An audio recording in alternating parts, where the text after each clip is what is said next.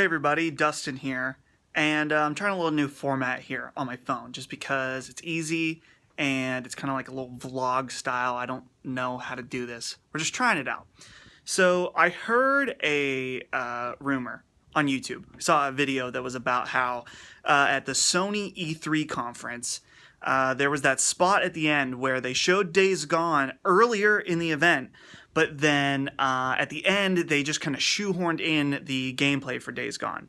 And obviously this was a little weird that they would just randomly throw in this gameplay for a game that they had already announced earlier in the event. Well, the rumor video I saw had said that Sony was planning on unveiling Red Dead Redemption 2. Now, granted, I know it's not Red Dead Redemption 2. I understand that that's actually the second game, so it's actually, something else with the Red Dead series, whatever. I know you guys are so particular about that, and that's fine. That's fine. But anyway, back to the point. They were saying that, they were going to play this trailer for the new Red Dead Redemption game, and that it was canceled because, unfortunately, with the Orlando shootings and all that, they didn't want to show this trailer because in the trailer there was some guys that go into a saloon and they shoot the place up. So they didn't want to play that for some respect for what happened in Orlando. And, I heard this, I watched this video and I was thinking, like, this does not sound likely at all to me. And that is, number one, Rockstar has not been to E3, I believe, since GTA 4. So that was a really long time ago. And they haven't really needed E3 to announce any kind of game. They don't need it. They're Rockstar. Every single game they put out is going to sell millions of copies. And, if they announce a game at E3, they might as well... they're just throwing it out there with everything else. They might as well put it out on their own when they can get 100% of the spotlight. So that's the first reason I'm thinking this is just not true. The second reason is because why would they announce at the Sony stage? It just doesn't really make any sense. Rockstar Games aren't really known for including console exclusive content. So there really isn't any reason for it to be on the Sony stage. If it's on the Sony stage, there's always some kind of exclusive partnership. Like in past years, we've seen Destiny show up at the Sony conference, and that's because there's exclusive deals. This year, we also saw Lego Star Wars.